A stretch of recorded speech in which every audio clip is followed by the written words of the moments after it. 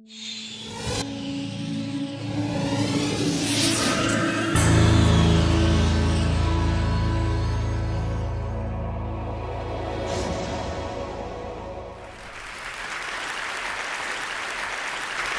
I was 9 years old, I went off to summer camp for the first time, and my mother packed me a suitcase full of books, which to me seemed like a perfectly natural thing to do, because in my family, reading was the primary group activity.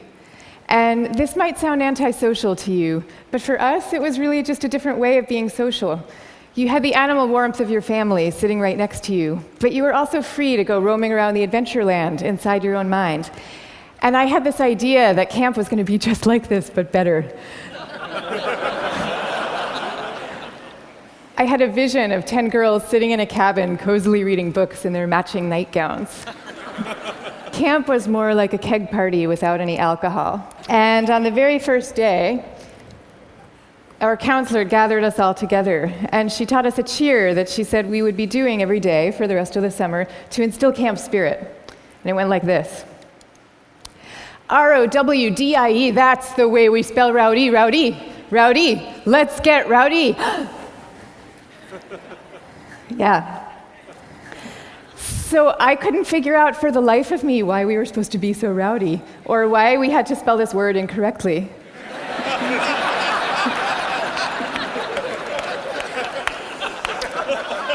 But I recited the cheer along with everybody else. I did my best. And I just waited for the time that I could go off and read my books. But the first time that I took my book out of my suitcase, the coolest girl in the bunk came up to me and she asked me, "Why are you being so mellow?" Mellow, of course, being the exact opposite of R-O-W-D-I-E. And then the second time I tried it, the counselor came up to me with a concerned expression on her face, and she repeated the point about camp spirit and said we should all really work very hard to be outgoing. And so I put my books away, back in their suitcase, and I put them under my bed, and there they stayed for the rest of the summer. And I felt kind of guilty about this. I felt as if the books needed me somehow, and they were calling out to me, and I was forsaking them. But I did forsake them, and I didn't open that suitcase again until I was back home with my family at the end of the summer. Now, I tell you this story about summer camp. I could have told you 50 others just like it. All the times that I got the message that somehow my quiet and introverted style of being was not necessarily the right way to go, and that I should be trying to pass as more of an extrovert. And I always sensed deep down that this was wrong, and that introverts were pretty excellent just as they were. But for years, I denied this intuition. And so I became a Wall Street lawyer, of all things, instead of the writer that I had always longed to be, partly because I needed to prove to myself that I could be bold and assertive too. And I was always going off to crowded bars when I really would have preferred to just have a nice dinner with friends. And I made these self-negating choices so reflexively that I wasn't even aware that I was making them. Now, this is what many introverts do, and it's our loss for sure, but it is also our colleagues' loss and our community's loss, and at the risk of sounding grandiose, it is the world's loss, because when it comes to creativity and to leadership, we need introverts doing what they do best. A third to a half of the population are introverts. A third to a half. So that's 1 out of every 2 or 3 people you know. So even if you're an extrovert yourself, I'm talking about your coworkers and your spouses and your children and the person sitting right next to you right now. All of them subject to this bias that is pretty deep and real in our society. We all internalize it from a very early age without even having a language for what we're doing. Now, to see the bias clearly, you need to understand what introversion is. And it's different from being shy. Shyness is about fear of social judgment. Introversion is more about how do you respond to stimulation, including social stimulation. So extroverts really crave large amounts of stimulation, whereas introverts feel at their most alive and they're most switched on and they're most capable when they're in quieter, more low-key environments. Not all the time, these things are an absolute, but a lot of the time. So the key then to maximizing our talents is for us all to put ourselves in the zone of stimulation that is right for us. But now here's where the bias comes in. Our most important institutions, our schools and our workplaces, they are designed mostly for extroverts and for extroverts' need for lots of stimulation. And also, we are living through this belief system. We have a belief system right now that I call the new groupthink, which holds that all creativity and all productivity comes from a very oddly gregarious place. So if you picture the typical classroom nowadays, when I was going to school, we sat in rows. We sat in rows of desks like this, and we did most of our work pretty autonomously. But nowadays, your typical classroom has pods of desks of 4 or 5 or 6 or 7 kids all facing each other. And kids are working in countless group assignments, even in subjects like math and creative writing, which you would think would depend on solo flights of thought. Kids are now expected to act as committee members. And for the kids who prefer to go off by themselves or just to work alone, those kids are seen as outliers often, or worse, as problem cases. And the vast majority of teachers reports believing that the ideal student is an extrovert as opposed to an introvert, even though introverts actually get better grades and are more knowledgeable, according to research. Okay, same thing is true in our workplaces. Most of us work in open plan offices without walls, where we are subject to the constant noise and gaze of our coworkers. And when it comes to leadership, introverts are routinely passed over for leadership positions, even though introverts tend to be very careful, much less likely to take outsized risks, which is something we might all favor nowadays. And interesting research by Adam Grant at the Wharton School has found that introverted leaders often deliver better outcomes than extroverts do, because when they are managing proactive employees, they're much more likely to let those employees run with their ideas, whereas an extrovert can quite unwittingly kind of get so excited about things that they're putting their own stamp on things, and other people's ideas might not as easily then bubble up to the surface. Now, in fact, some of our transformative leaders in history have been introverts. I'll give you some examples. Eleanor Roosevelt, Rosa Parks, Gandhi, all these people describe themselves as quiet and soft-spoken and even shy. And they all took the spotlight, even though every bone in their bodies was telling them not to. And this turns out to have a special power all its own, because people could feel that these leaders were at the helm, not because they enjoyed directing others, and not out of the pleasure of being looked at. They were there because they had no choice, because they were driven to do what they thought was right. Now, I think at this point it's important for me to say that I actually love extroverts. I always like to say some of my best friends are extroverts, including my beloved husband. And we all fall at different points, of course, along the introvert-extrovert spectrum. Even Carl Jung, the psychologist who first popularized these terms, said that there's no such thing as a pure introvert or a pure extrovert. He said that such a man would be in a lunatic asylum if he existed at all. And some people fall smack in the middle of the introvert-extrovert spectrum, and we call these people ambiverts. And I often think that they have the best of all worlds. But many of us do recognize ourselves as one type or the other. And what I'm saying is that culturally, we need a much better balance. We need more of a yin and yang between these two types. This is especially important when it comes to creativity and to productivity, because when psychologists look at the lives of the most creative people, what they find are people who are very good at exchanging ideas and advancing ideas, but who also have a serious streak of introversion in them. And this is because solitude is a crucial ingredient often to creativity. So Darwin, he took long walks alone in the woods and emphatically turned down dinner party invitations. Theodore Geisel, better known as Dr. Seuss, he dreamed up many of his amazing creations in a lonely bell tower office that he had in the back of his house in La Jolla, California. And he was actually afraid to meet the young children who read his books for fear that they were expecting him to be this kind of jolly Santa Claus-like figure and would be disappointed with his more reserved persona.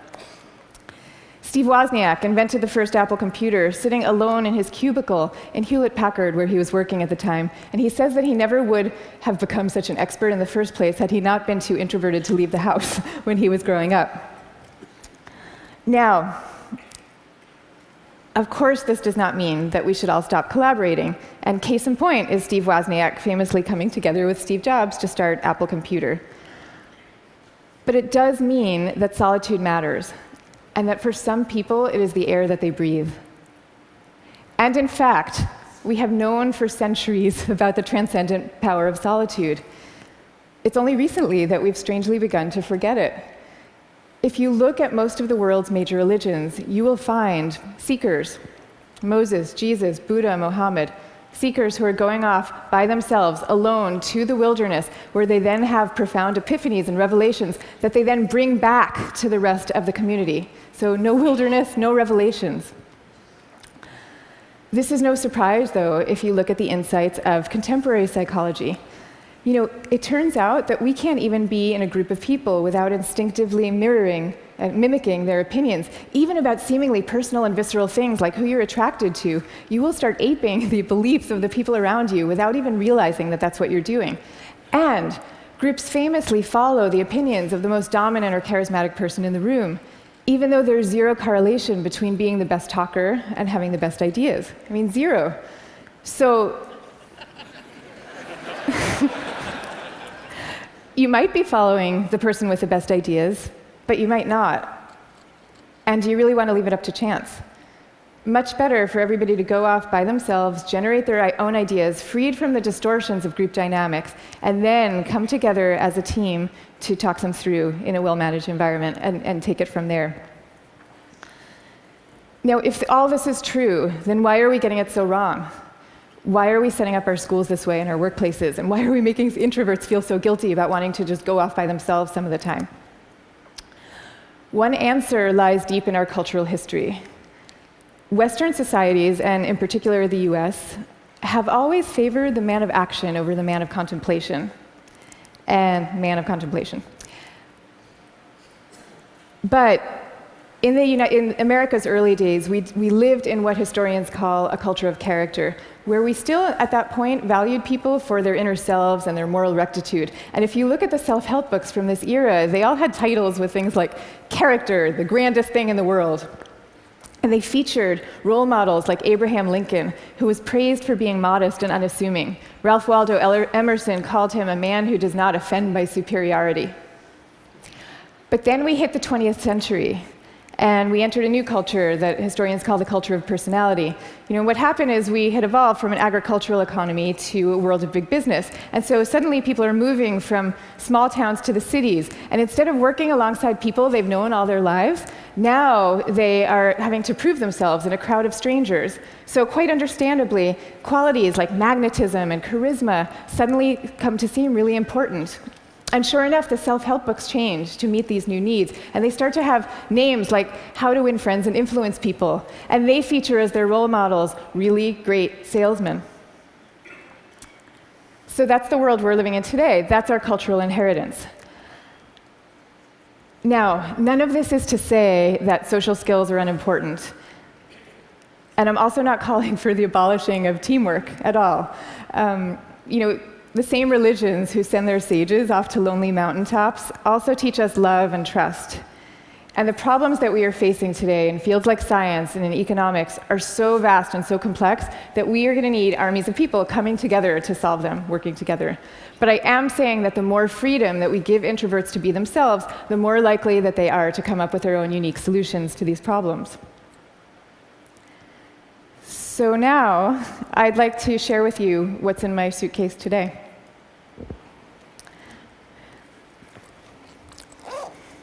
Guess what? Books. I have a suitcase full of books. Here's Margaret Atwood, Cat's Eye. Here's a novel by Milan Kundera. And here's The Guide of the Perplexed by Maimonides. But these are not exactly my books. I brought these books with me because they were written by my grandfather's favorite authors. My grandfather was a rabbi, and he was a widower who lived alone in a small apartment in Brooklyn that was my favorite place in the world when I was growing up, partly because it was filled with his very gentle, very courtly presence, and partly because it was filled with books.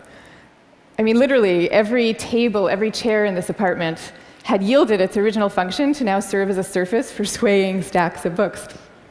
Just like the rest of my family, my grandfather's favorite thing to do in the world was to read. But he also loved his congregation, and you could feel this love in the sermons that he gave every week for the 62 years that he was a rabbi. He would take the fruits of each week's reading, and he would weave these intricate tapestries of ancient and humanist thought, and people would come from all over to hear him speak. But here's the thing about my grandfather. Underneath this ceremonial role, he was really modest and really introverted, so much so that when he delivered these sermons, he had trouble making eye contact with the very same congregation that he had been speaking to for 62 years. And even away from the podium, when you called him to say hello, he would often end the conversation prematurely for fear that he was taking up too much of your time. But when he died at the age of 94, the police had to close down the streets of his neighborhood to accommodate the crowd of people who came out to mourn him.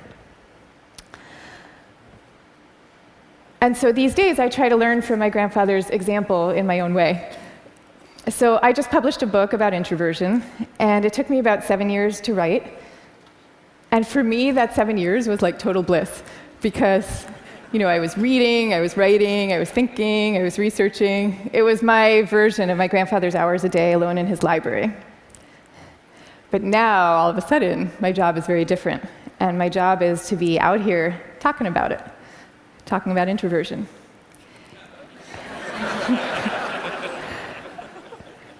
And that's a lot harder for me, because as honored as I am to be here with all of you right now, this is not my natural milieu.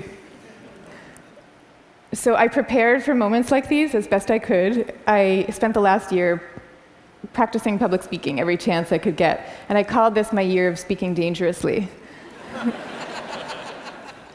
And that actually helped a lot. But I'll tell you, what helps even more is my sense, my belief, my hope that when it comes to our attitudes to introversion and to quiet and to solitude, we truly are poised on the brink of dramatic change. I mean, we are.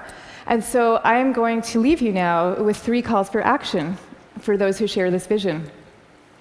Number 1, stop the madness for constant group work. Just stop it. Thank you. And I want to be clear about what I'm saying, because I deeply believe our offices should be encouraging casual, chatty, cafe-style types of interactions, the kind where people come together and serendipitously have an exchange of ideas. That is great. That's great for introverts, and it's great for extroverts. But we need much more privacy, much more freedom, much more autonomy at work. School, same thing. We need to be teaching kids to work together, for sure. But we also need to be teaching them how to work on their own. This is especially important for extroverted children, too. They need to work on their own because that is where deep thought comes from, in part. Okay, number 2, go to the wilderness. Be like Buddha. Have your own revelations. I'm not saying that we all have to now go off and build our own cabins in the woods and never talk to each other again. But I am saying that we could all stand to unplug and get inside our own heads a little more often. Number 3, take a good look at what's inside your own suitcase and why you put it there. So extroverts, maybe your suitcases are also full of books, or maybe they're full of champagne glasses or skydiving equipment. Whatever it is, I hope you take these things out every chance you get and grace us with your energy and your joy. But introverts, you being you probably have the impulse to guard very carefully what's inside your own suitcase. And that's okay. But occasionally, just occasionally, I hope you will open up your suitcases for other people to see, because the world needs you and it needs the things you carry. So I wish you the best of all possible journeys and the courage to speak softly. Thank you very much. Thank you. Thank you. Thank you.